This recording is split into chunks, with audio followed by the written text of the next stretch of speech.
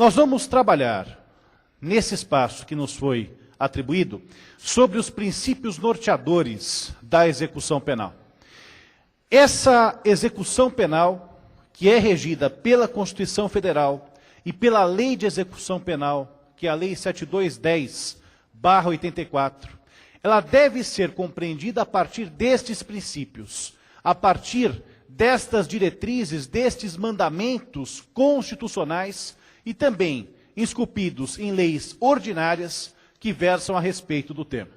Nós vamos falar um pouco a respeito de princípios, até mesmo para verificar a importância que esse tema tem em relação a essa questão relativa à execução penal.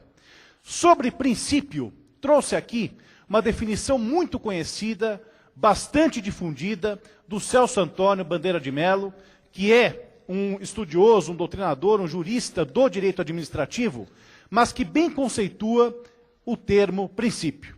Princípio é o mandamento nuclear de um sistema, verdadeiro alicerce dele, disposição fundamental que se irradia sobre diferentes normas, compondo-lhes o espírito e servindo de critério para sua exata compreensão e inteligência. Mandamento nuclear de um sistema, alicerce desse sistema. O que versa a respeito dos princípios serve justamente para dar diretriz, para dar um norte a este ramo do ordenamento jurídico, que é a execução penal. Nós só podemos conhecer, nós só podemos ter clareza a respeito da execução penal se nós tivermos conhecimento dos princípios. Até porque, se a norma se chocar com os princípios, deve prevalecer aquilo que está contido justamente nos princípios. Esses princípios que versam sobre a execução penal, no mais das vezes, eles estarão previstos no artigo 5º da Constituição Federal. Artigo 5º que fala a respeito dos direitos e das garantias individuais do cidadão. Principalmente no artigo 5º. Mas nós sabemos que podemos ter direitos e garantias individuais previstos também em outros dispositivos constitucionais. Mas a base é o artigo 5º. Sabemos também que esses dispositivos podem estar previstos, da mesma forma, em tratados e convenções internacionais que o Brasil tenha trazido para o seu ordenamento jurídico. Diretrizes do ordenamento jurídico, limite ao arbítrio do Estado. Quando nós falamos no artigo 5º, nós devemos imaginá-lo como um campo, como um núcleo intocável em relação ao arbítrio do Estado. O Estado não pode invadir este núcleo. O Estado não pode extravasar esses limites. O Estado deve, na sua atividade de exercer o direito e o dever de punir, deve respeitar, com rigor, estes limites. Aqui nós temos garantias atribuídas ao cidadão. Se o Estado quiser punir, ele deve respeitar todas as garantias que estão previstas justamente nesse artigo 5º e também em outros dispositivos que versam a respeito dos direitos e das garantias individuais. E olha, essa questão de princípios não é uma questão meramente acadêmica, uma questão meramente retórica. Ela possui aplicação prática, ela possui aplicação na atividade profissional. É um congresso da OAB que nós, advogados, exercemos. Devemos ter clareza em relação à aplicação prática destes princípios. Até porque, se não houver o respeito a estes princípios, nós teremos aqui ilegalidade, nós teremos abuso, nós teremos nulidade que pode e deve ser justamente tocada naquela peça prática, naquele momento processual adequado.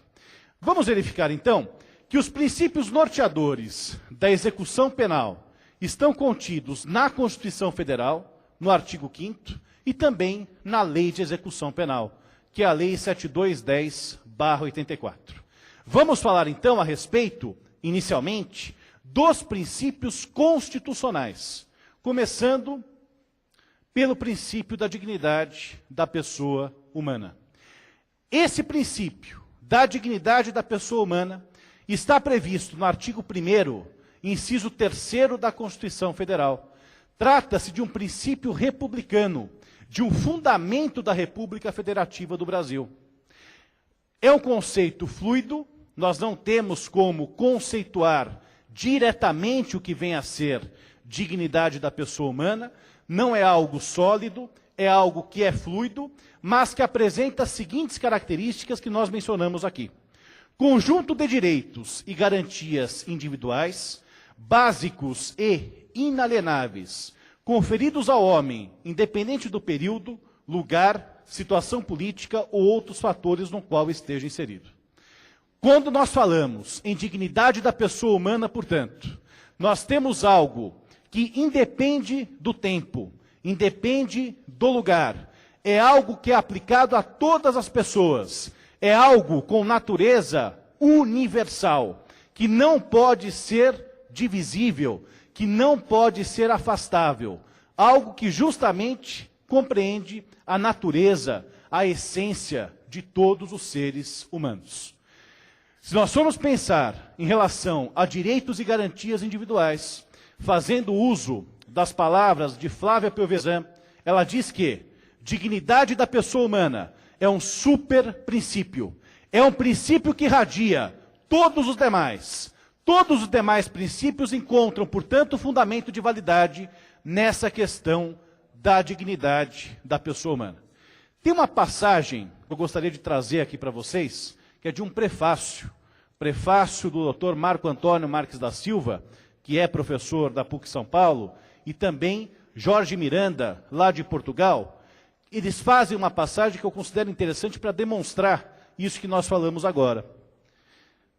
Mencionamos assim: dignidade que não é apenas de um, de dois, mas de todos, sem qualquer limite, restrição ou imposição de quem quer que seja. Dignidade da pessoa humana, de toda a pessoa humana, em qualquer lugar, esquina, rua, avenida, estrada, mar, ar, montanha, superfície ou subterrâneo, em qualquer vila, povoado, cidade, estado, província, país, ou no canto mais recôndito do planeta.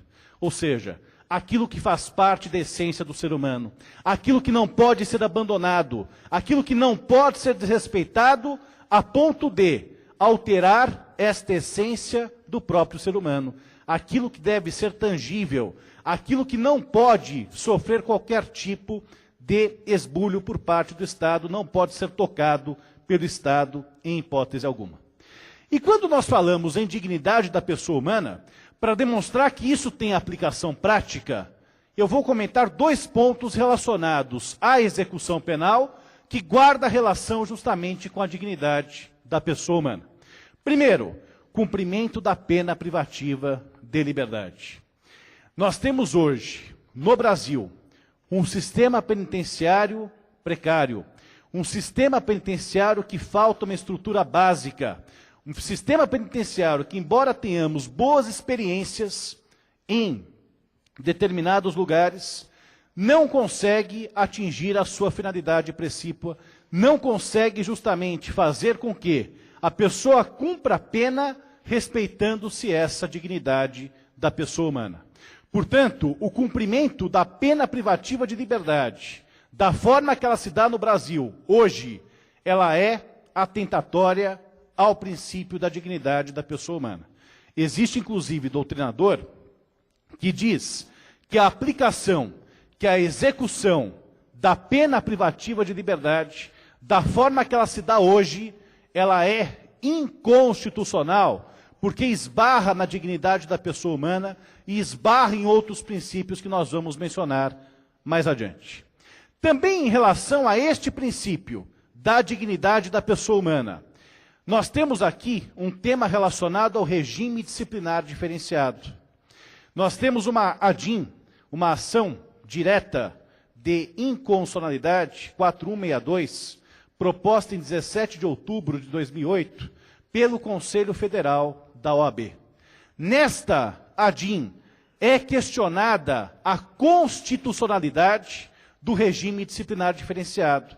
E um dos argumentos para dizer que o RDD é inconstitucional é justamente porque fere o princípio da dignidade da pessoa humana. Veja como isso tem aplicação prática, como isso tem um vetor que pode ser utilizado, inclusive, pelo profissional do direito, quando faz o arrazoado, quando faz uma petição, por exemplo, envolvendo um caso que haja aplicação do RDD, um ponto importante, dizer que é inconstitucional, não apenas por este motivo, mas porque fere também presunção de inocência em relação ao preso provisório, fere outros princípios constitucionais. Portanto, essa é a aplicação prática dos princípios. É dar vida àquilo que se apresenta no primeiro momento, de forma teórica, de forma fluida. Dar aplicação prática, portanto, é fundamental quando se fala dos princípios. Um outro princípio importante relacionado às penas diz respeito ao princípio da humanidade das penas. Artigo 5º, inciso 47 da Constituição Federal. Nós temos penas proibidas, nós temos penas proscritas no nosso ordenamento jurídico, tal como a pena de morte, a não ser que seja em caso de guerra declarada, nos termos do artigo 84, inciso 19 da Constituição Federal. As penas de caráter perpétuo, trabalhos forçados, penas de banimento e as penas cruéis. Veja só, penas cruéis. E isso faz com que nós voltemos à questão da dignidade da pessoa humana. Quando se fala na aplicação, justamente, da pena privativa de liberdade, da forma que ela se dá nos dias de hoje, nós podemos mencionar ofensa ao princípio da dignidade da pessoa humana e podemos também aferir que há ofensa ao princípio que veda as penas cruéis. Nós temos na doutrina inúmeras obras que tratam a respeito do sistema penitenciário. Nós temos, por exemplo, César Roberto Bittencourt, Falência da Pena de Prisão.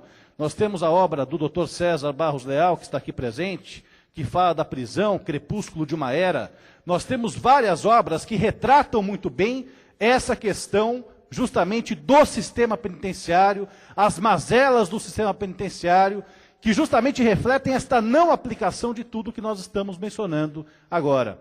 Mas como advogados, como profissionais e como estudiosos do direito, estamos aqui num congresso para abordar um tema como esse, é fundamental que nós tenhamos combatividade necessária para fazer com que esses princípios, estas garantias sejam aplicadas aos casos concretos. Um outro princípio importante, também de ordem constitucional, princípio da individualização da pena. Quando nós mencionamos individualização da pena, existe previsão expressa no artigo 5º, inciso 46 do texto constitucional.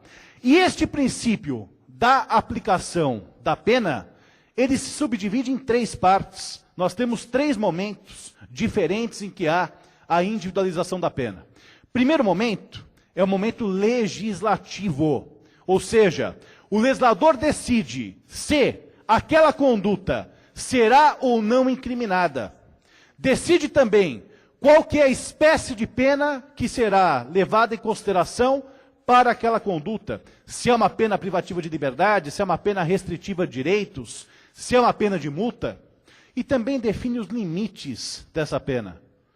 Isso ele faz num primeiro momento, ao criar a lei, em homenagem ao princípio da legalidade.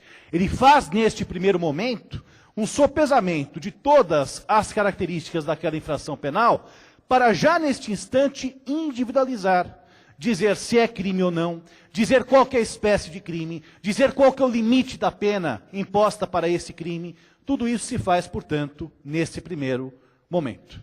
No segundo momento, nós temos a individualização judicial, quando o juiz condena e aplica a pena ao caso concreto. Nós temos aquele cálculo dosimétrico da pena em 3 etapas, e aí nós vamos justamente encontrar a individualização da pena nessa fase judicial. O terceiro momento é que nos interessa com mais rigor neste momento. Diz respeito à individualização da pena na fase da execução penal. E esse é um princípio que não pode ser esquecido, Esse é um princípio que deve ser respeitado e que muitas vezes não é em termos práticos. O que significa individualizar a pena na execução penal? Significa, no primeiro momento, verificar o bom comportamento do condenado, verificar como é que ele se porta durante o cumprimento da pena, verificar qual que foi o tempo de pena cumprido, verificar estas circunstâncias que fazem a individualização recair sobre o momento do cumprimento da pena. E aí, como desdobramento disso, significa o quê?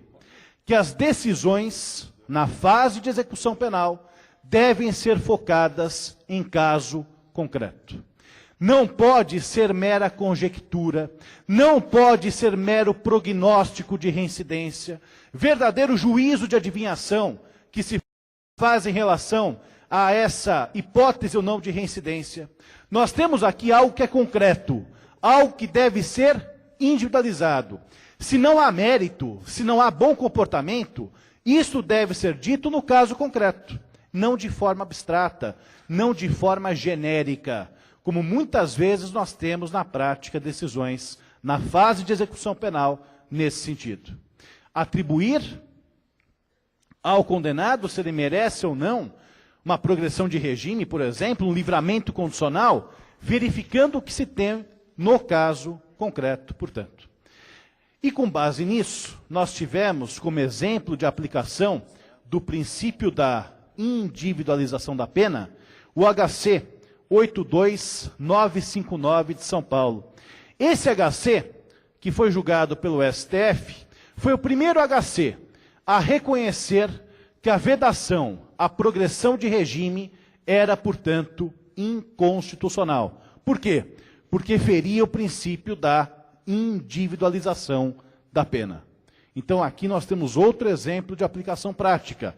E saindo um pouquinho rapidamente do nosso tema, para outro tema atual, o Supremo Tribunal Federal, no dia 1º de setembro de 2010, também utilizou o princípio da individualização da pena para dizer que, no caso de pequeno traficante, existe a possibilidade de aplicação da pena alternativa. STF, no dia 1º de setembro, se valeu mais uma vez desse princípio para concluir que o pequeno traficante possui direito à pena alternativa. Então, outro exemplo prático, de aplicação prática, embora não relacionado com a execução penal em si, mas que retrata posicionamento da Suprema Corte do nosso país, que invoca princípios constitucionais, uma vez que é o guardião também da Constituição e também destes princípios. Um outro princípio importante também, princípio do devido processo legal. Artigo 5º, inciso 54 da Constituição Federal. Este devido processo legal estabelece que as regras processuais devem ser estabelecidas antes do início do processo.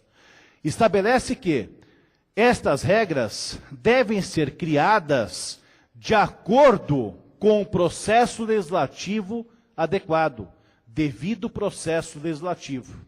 Estabelece também que estas regras devem ser cumpridas à risca, porque no processo penal a tutela recai sobre a liberdade humana, portanto não há possibilidade de flexibilizar garantias, não há possibilidade de reduzir direitos nesta fase. É necessário que haja extremo rigor em relação à aplicação, em relação justamente a este cumprimento do devido processo legal. As regras do jogo devem ser conhecidas antes e não podem ser flexibilizadas, uma vez que a liberdade humana é bem que pode ser comprometido com eventual sentença condenatória. E aqui, na execução penal, nós temos aqui uma aplicação interessante. A criação de novas figuras de falta grave somente pode se dar mediante lei federal, mediante lei ordinária emanada do Congresso Nacional. Por que é importante dizer isso? Porque em São Paulo, antes da Lei 11.466 de 2007, nós tínhamos uma figura de falta grave que era relacionada ao porte, ao uso de aparelhos de comunicação, inclusive de celulares, que foi criada por lei estadual. Nós tínhamos ali um instrumento legislativo de ordem estadual, sendo que a LEP, a Lei de Execução Penal, prevê que somente faltas leves ou médias é que podem ser criadas por Estado-membro. Falta grave, não. Falta grave somente pode ser criada por lei federal. A mesma coisa, guardada a devida proporção, aconteceu com a RDD em São Paulo. Nós tínhamos resoluções criando o regime disciplinar diferenciado, mas não havia uma lei, efetivamente, que desse os contornos a esta sanção disciplinar, que é o regime disciplinar diferenciado.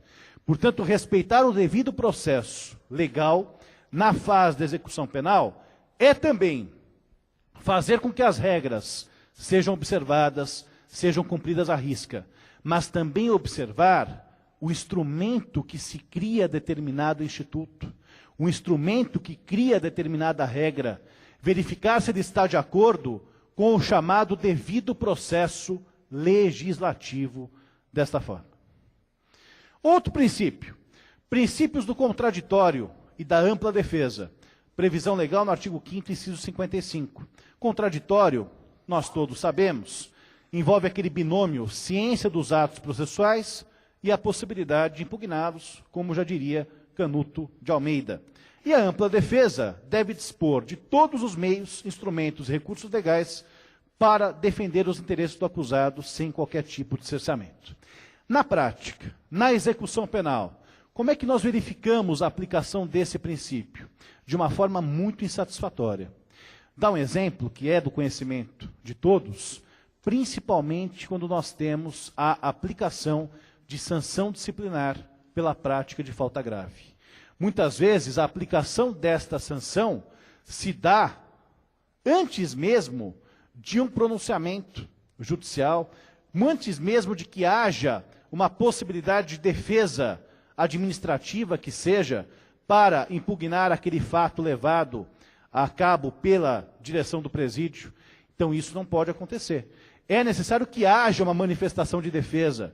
É necessário que a defesa diga antes da aplicação da sanção disciplinar. E muitas vezes não é isso que ocorre, não é isso que acontece. E este procedimento, que é administrativo, ele pode ser anulado por ofensa também a essas questões do contraditório e da ampla defesa. Uma outra situação, também que envolve contraditório e ampla defesa, é justamente a carência que nós temos de um acompanhamento mais próximo dos casos relacionados à execução penal pelos advogados. Nós sabemos que na execução penal prevalece a Defensoria Pública. O mais das vezes os casos são atendidos pela Defensoria Pública, que faz um belo trabalho em relação ao que nós temos na execução penal. O problema é que falta estrutura, falta justamente a possibilidade de que haja mais profissionais. O número de presos é enorme e você tem uma estrutura muito pequena.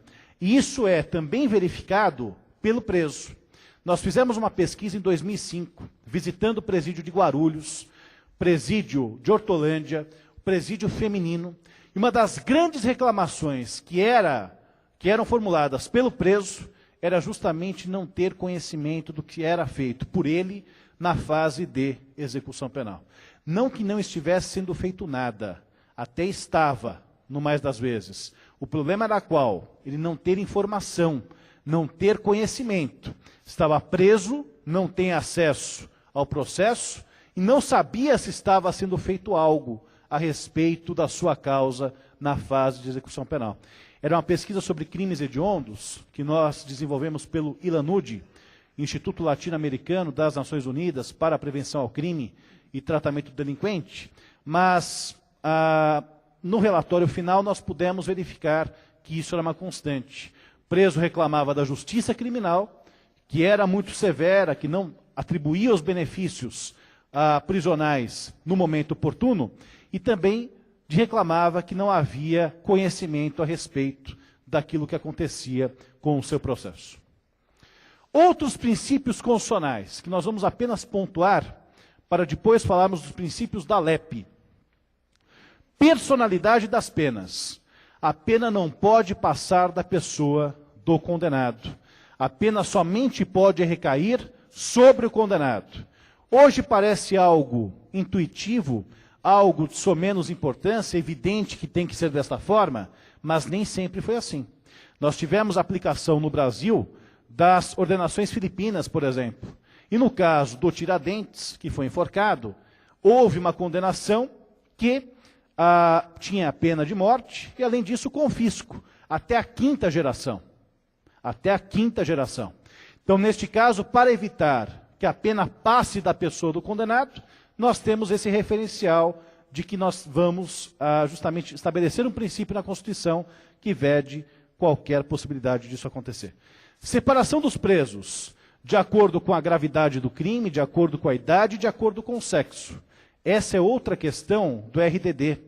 Não há previsão de separação do preso para o fim proposto pelo RDD, razão pela qual que também é inconstitucional o regime disciplinar diferenciado, já que não estabelece, já que não se verifica a aplicação deste princípio. Respeito à integridade física e moral. E um último princípio constitucional que deve ser enfocado aqui é o princípio da intimidade e da vida privada, lá no artigo 5º, inciso 10, e a questão do monitoramento eletrônico do preso. Veja só, nós temos uma lei que cuida do monitoramento eletrônico do preso. É a Lei 12.258 de 2010. Essa Lei 12.258 de 2010, ela fala a respeito do tema e estipula que esse monitoramento eletrônico será utilizado na saída temporária e também na prisão domiciliar. Houve grande alvoroço, grande discussão doutrinária e jurisprudencial sobre esse tema, se o monitoramento eletrônico do preso não violaria a sua intimidade, a sua vida privada. Creio, em relação a este assunto, que o monitoramento é uma saída interessante, respeitadas as posições em sentido contrário, que certamente haverão.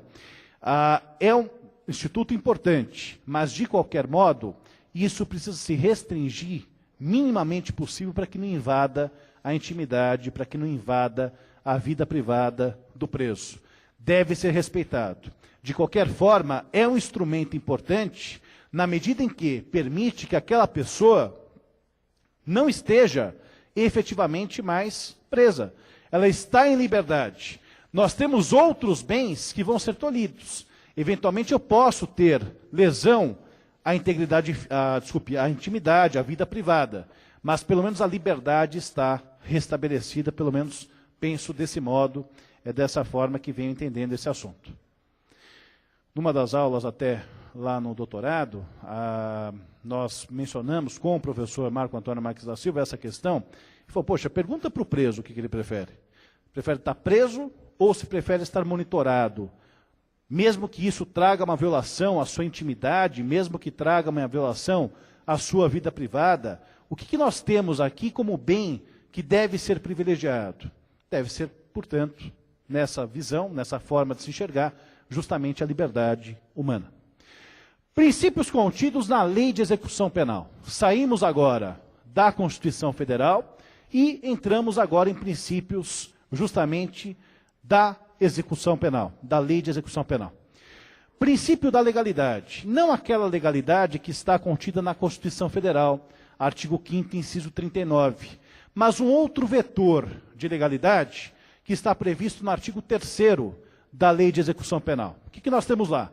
Ao condenado e ao internado serão assegurados todos os direitos não atingidos pela sentença ou pela lei. Portanto, ele mantém todos os direitos constitucionais, tudo aquilo que está previsto na Constituição Federal e em outras legislações, em outros instrumentos legislativos, desde que isso não seja alcançado pela sentença ou pela própria lei. Nós podemos pensar aqui no direito ao voto para o preso provisório e no direito à visita íntima.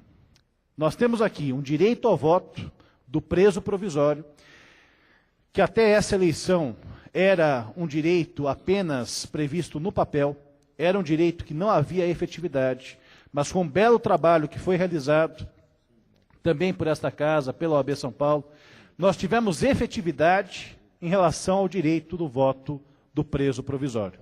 O preso provisório votou. Nós tivemos, pelo menos, alguns presos votando em todo o Estado, o que reflete a possibilidade de aplicação daquilo que está no papel. E o direito à visita íntima. A lei não proíbe a visita íntima. Aliás, nós vamos ver nos capítulos relacionados aos direitos do preso, existe o direito à visita. Só não fala que é íntima, mas é evidente que você pode ter a visita íntima, que hoje já é regulamentada. Havia uma discussão, havia uma celeuma em relação a isso antes, mas pelo menos aqui em São Paulo já existe regulamentação, em outros estados até há mais tempo, no Rio de Janeiro, né? Aqui em São Paulo, o direito à visita íntima da mulher é algo recente. No Rio de Janeiro, se tem experiência disso desde a década de 70. A Julita Lengruber, que é uma socióloga, fez uma pesquisa num dos presídios cariocas e refletiu isso, que você tem a possibilidade também de direito à visita íntima para a mulher presa. Princípio da ressocialização. Sobre essa ressocialização, embora pareça simples trabalhar com esse tema, é algo extremamente complexo, algo que não se consegue definir de uma forma uníssona, de uma forma inequívoca. Se nós formos pesquisar aqui, entre todos que aqui estão, cada um atribuirá um conceito diferente de ressocialização. Não é algo simples trabalhar com este tema. Trouxe aqui uma manifestação do Luiz Flávio Gomes a respeito do assunto.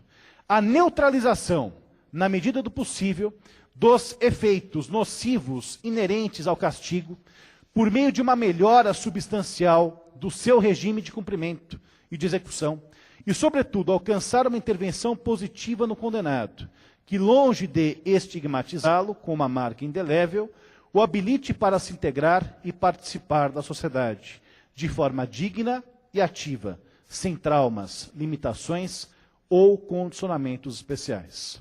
Neutralização, na medida do possível, dos efeitos nocivos inerentes ao castigo, tirar o estigma do cumprimento da pena e fazer com que ele retorne bem ao convívio social, fazer com que ele retorne de forma a conseguir um trabalho, a conseguir um emprego, a conseguir se restabelecer na sociedade.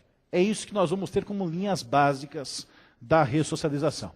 Mas nós temos críticas a esse modelo de ressocialização. Primeira crítica: às vezes não é necessário ressocializar.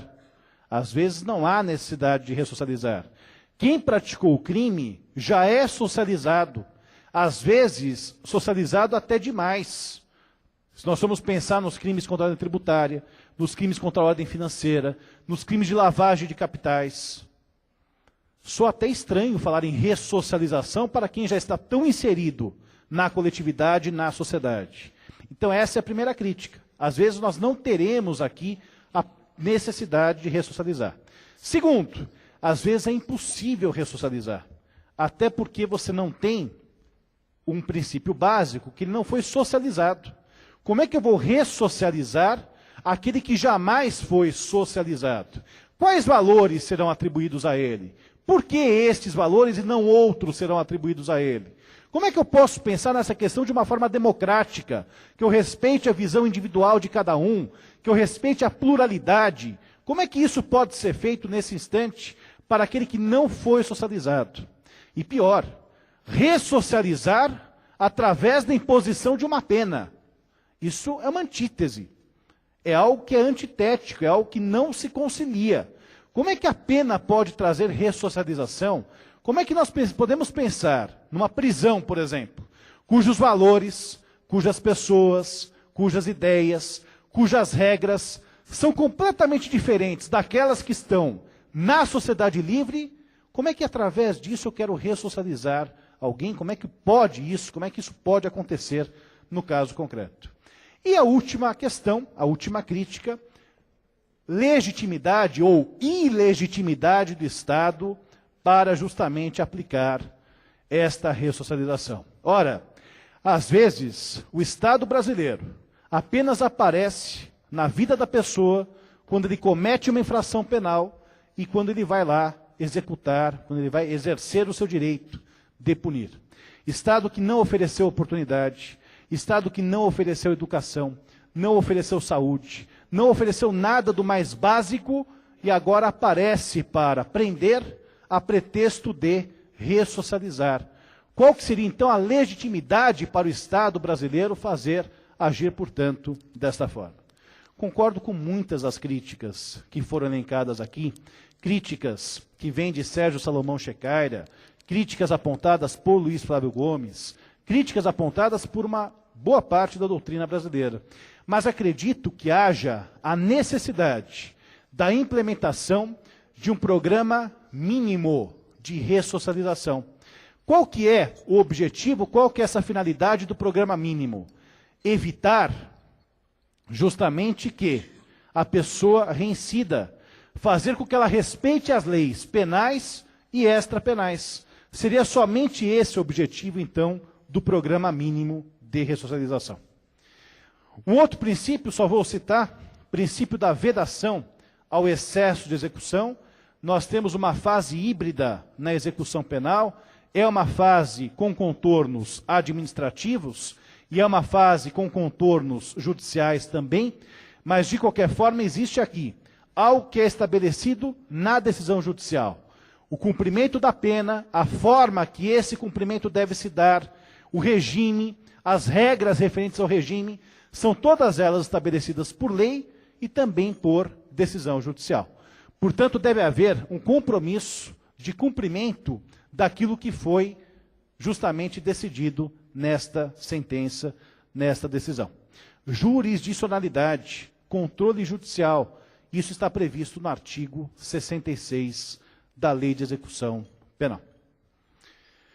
Em resumo, todos esses princípios, todas estas regras, fazem com que nós tenhamos a presença do garantismo penal em sede de execução penal. Se nós pensarmos nas 3 linhas mestras do garantismo penal, que são respeito ao princípio da dignidade da pessoa humana, falamos especificamente da dignidade da pessoa humana, mas podemos notar que tudo o que falamos depois dele, na verdade tem a sua origem, tem a sua base neste princípio. Direitos e garantias individuais do cidadão e direito penal mínimo. Um direito penal que só intervenha quando necessário.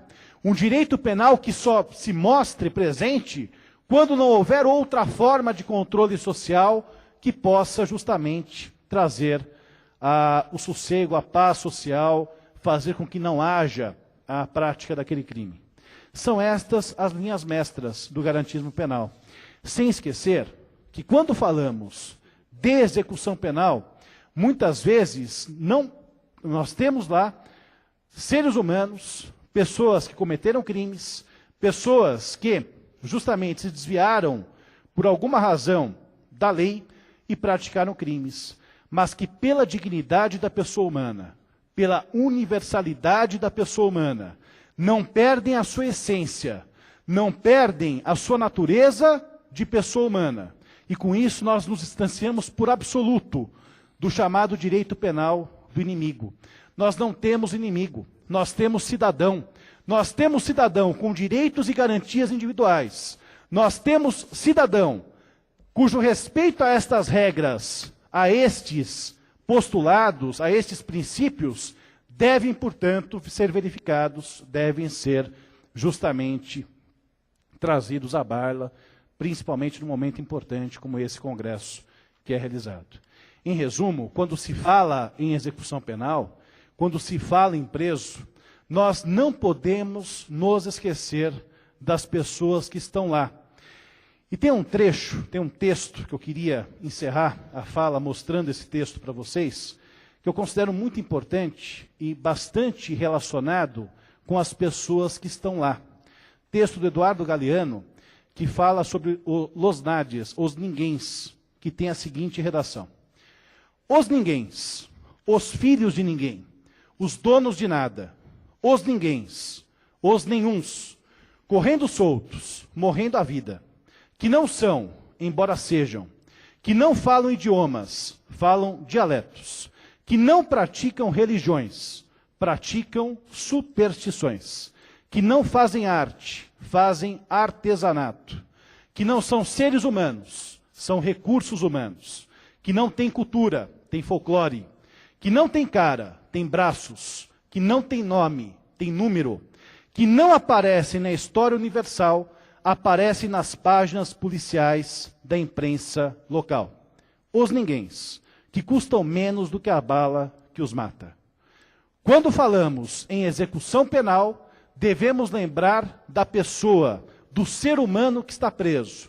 Alguém que justamente praticou uma infração penal, alguém que por conta disso deve ser punido, na forma da lei, mas respeitando-se a sua essência humana, respeitando-se a sua dignidade da pessoa humana, respeitando os princípios mais básicos que podemos encontrar num Estado democrático de direito que nós vivemos atualmente. Eu vou, no encerramento da minha fala, deixar apenas o meu contato, caso queiram consultar o material desta apresentação, está neste site, estou deixando aqui, edsonquinipia.com.br. Neste site vocês encontram material de outras palestras proferidas aqui também no AB São Paulo, em outros órgãos. Encontram também material atual, atualidade, alguns aspectos até que nós comentamos aqui. Queria agradecer mais uma vez ao AB São Paulo pelo convite.